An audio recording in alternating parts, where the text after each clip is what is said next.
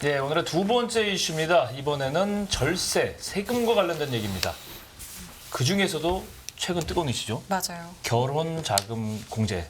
이거 좀 알아보겠습니다. 오늘 네. 이장원 세무사님 모셨습니다. 어서 오세요. 네, 반갑습니다. 네, 안녕하세요. 네. 그 2023년 세법 개정안에서 지금 말씀하신 이 결혼자금 공제 이 부분 참 눈에 띄어가지고 네. 오늘 이 부분 먼저 좀 여쭤볼게요. 이게 어떤 내용인지 먼저 좀 말씀해 주실까요? 오늘 이제 7월 초에 이제 하반기 경제정책 방향에서 이제 언급을 했었었는데 네. 이제 결혼하는 분들, 그러니까 혼인할 때 결혼 자금에 대해서 증여재산 공제를 좀 더 늘려주겠다라고 말이 나왔었고. 이제 얼마가 될 거냐 좀 기대가 됐었는데 7월 네. 말에 매년 7월 말에 이제 세제 개편안이 나오는데요. 네네. 그때 이제 1억 원을 좀 이제 지원을 해주겠다. 예. 말 그대로 직계 존속이 직계 비속에게 1억 원까지는 공제를 한도로 해서 추가적으로 증여를 더 해줄 수 있는 걸로. 그러니까 기존의 공제 5천만 원이라는 게 이제 있었죠. 왜냐하면 성년 자녀 같은 경우 10년간 5천만 원에 대한 증여재산 공제가 있었는데 예. 거기에 추가로 한 1억 원 더 해주겠다. 예. 뭐 그런 식으로 해서 사실상 결혼 자금의 부담을 증여로 활용해서 좀 부담을 덜어라라는 얘기죠. 그래서 혼인 신고일 이전 2년부터 이후 이제 혼인 신고일 이후 2년까지 예. 그 4년의 기간 동안에 1억 원의 증여재산 공제는 추가적으로 해주겠다. 이게 이제 맥락이라고 보시면 됩니다. 현실적으로 이게 맞는 거는 같아요. 왜냐하면 결혼할 때 도와주시는데 이 세금을 피해 가시거나 조용히 네. 피해 가시거나 아니면 이것 때문에 골머리를 앓고 계신 분들이. 근데 사회적 통념상 사실 그렇죠. 부모가 자식 뭐 시집장가 갈 때 돈 보내주면 널리 다 하고 있는데 이거에 대해서 대책이 없다는 게 조금 의아하긴 했는데 맞습니다. 아니, 현실적으로 좀 도움이 될 것 같은데. 근데 하여튼 이 세법 개정에 대한 궁금증이 많아요, 사람들이. 네. 이게 첫 번째가 본인한테 적용되냐 안 되냐 이거 때문에 그런 건데 우리처럼 이제 결혼한 사람들은 좀 그렇긴 한데 네.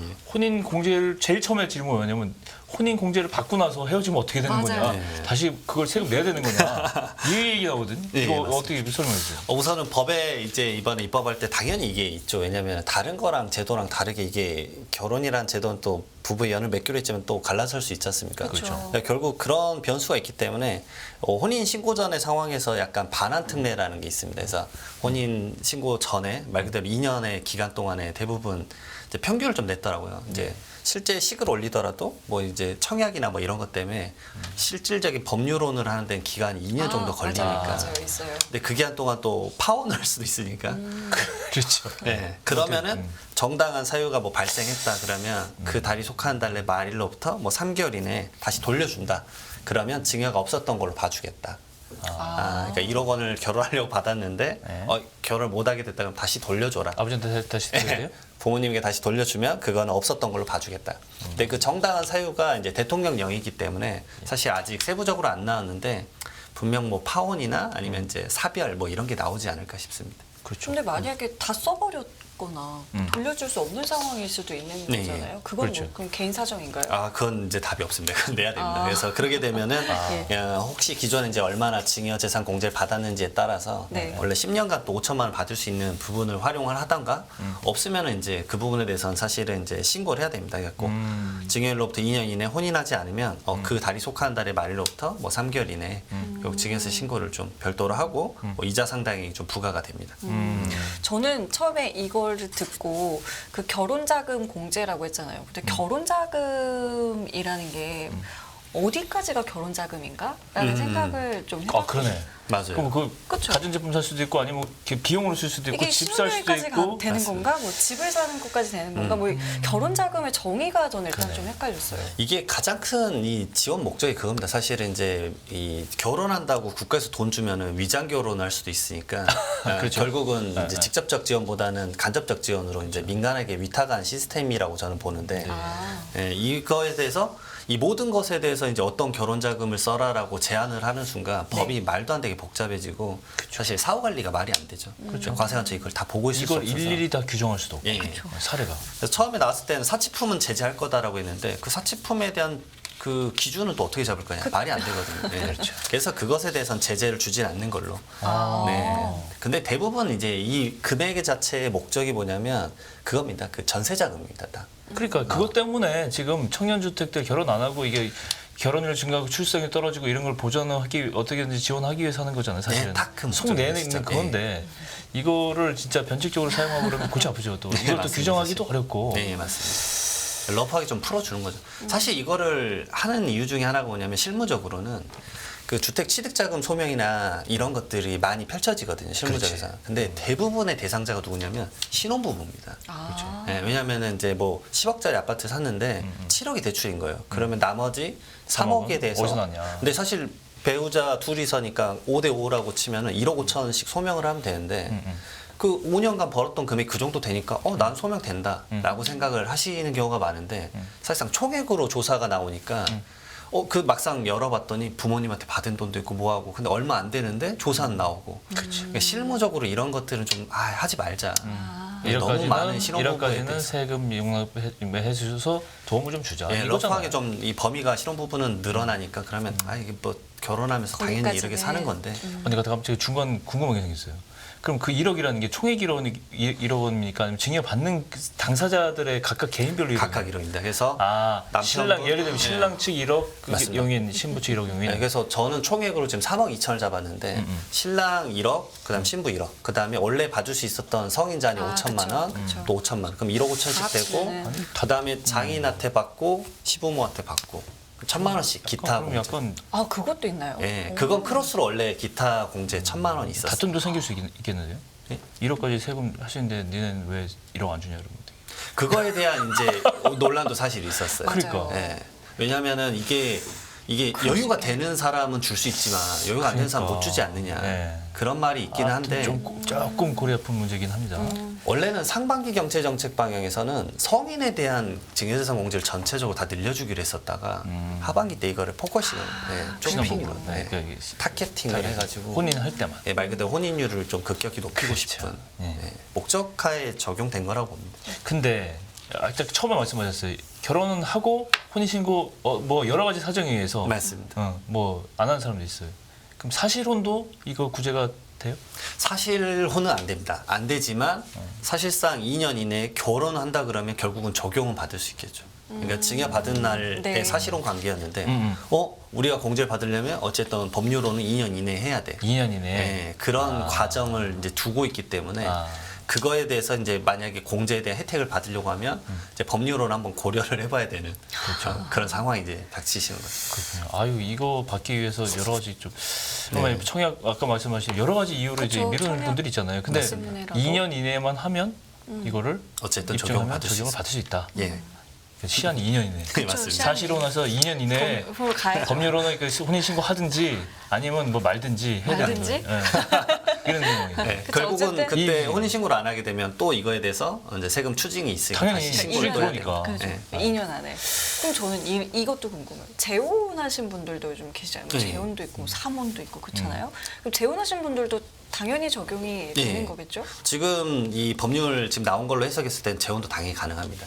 결국은 이 법의 적용 시점은 24년 1월 1일부터일 거고 네. 세부적인 방안은 이제 좀 이제 12월 달쯤에 국회 통과할 때 약간 변경이 될 수는 있겠지만 지금 상황으로는 이제 말 그대로 혼인식 결혼자금이라고 했지 사실 신혼부부 초혼만 한다라는 얘기는 없어요. 그러니까 결국은 혼인시니까. 재혼을 하더라도 24년 1월 1일 이후라고 한다면 제가 봤을 때 적용이 되는 게 당연히 맞습니다. 이게 지금 직계가족에 대한 상속에 대한 문제가 이제 사실 뒤에 배경이잖아요. 이게 맞습니다. 상속세. 이게 근데 재혼하고 삼혼하고 하는데 아버지나 어머니한테 계속 돈을 그것도 좀 이상하긴 해요.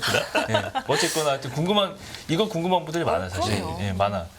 그렇다면 과연 이제 혼인공제는 과연 얼마나 가세에 도움이 될까? 저는 이제 실무적으로 이런 것들 상담해드리는 입장에서는 상당히 도움될 것 같아요. 왜냐하면 진짜 이것 때문에 상담하는 게 정말 비율이 아주 높습니다.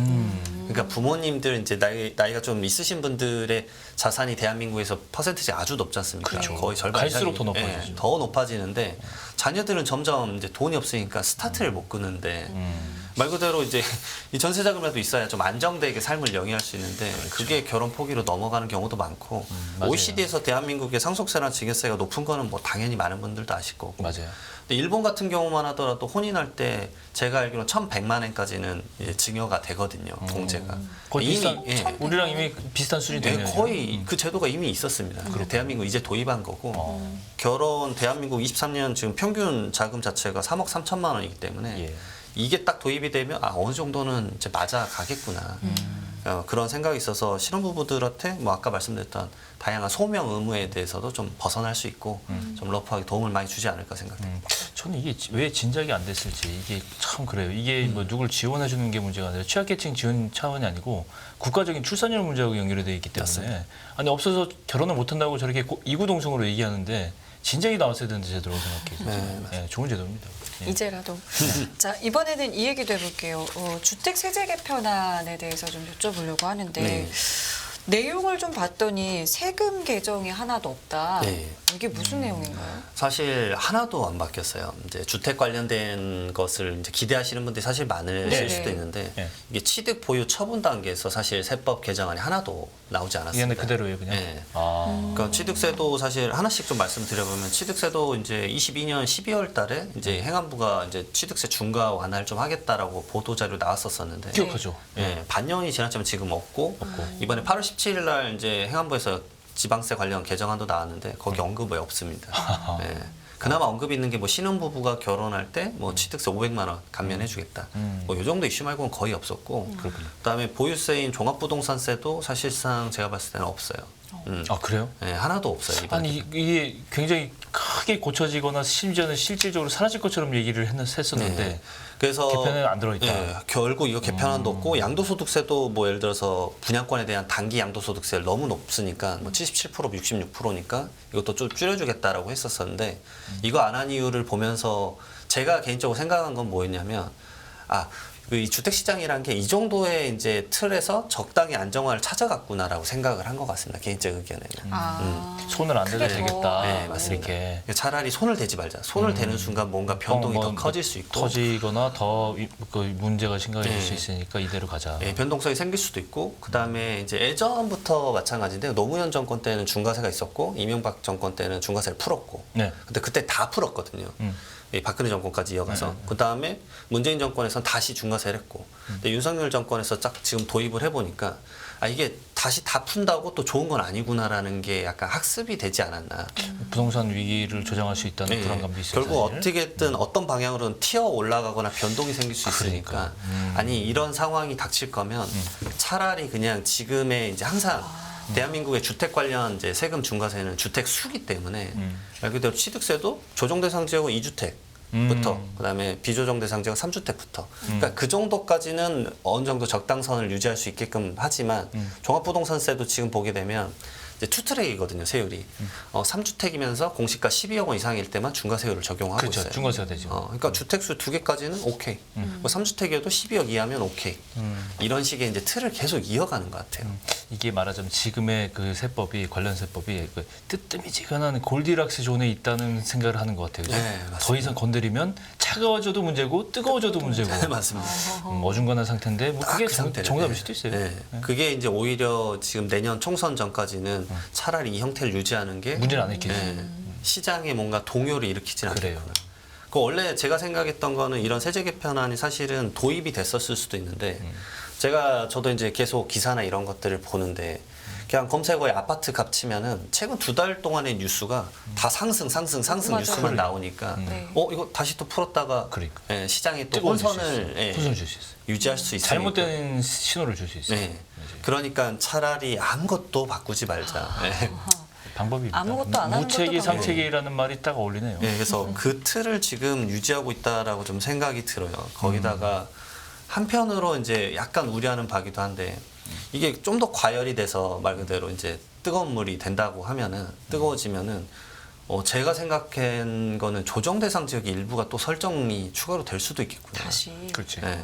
왜냐하면 조정 대상 설정하면은 주택수에 따라서 또 세율에 대한 중과세가 적용이 되기 때문에 그래서 요즘 많이 물어보시는 게 결국은 이제 흔히 말하는 똘똘한 한 채로 갈아타야 되겠다. 이게 주택 수로는 늘려봤자 효과가 유의미하지 않다.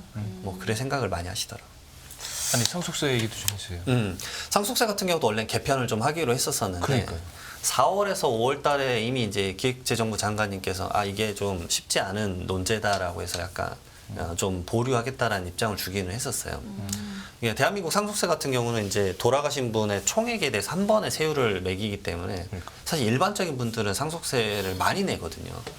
그러니까 예를 들어서 2016년도에는 한 6천 명 정도가 상속세 신고했고 14조 정도 신고를 했는데 작년 같은 경우에는 한 2만 명이 55조를 신고했거든요. 그러니까 숨만 쉬어도 부동산 가격 올라가서 상속세가 그러니까. 사실 엄청 늘어난 주상률 상황이라서. 늘어나잖아요. 근데 이것에 대해서는 지금 개편은 이것도 마찬가지로 안 할 것 같아요. 네.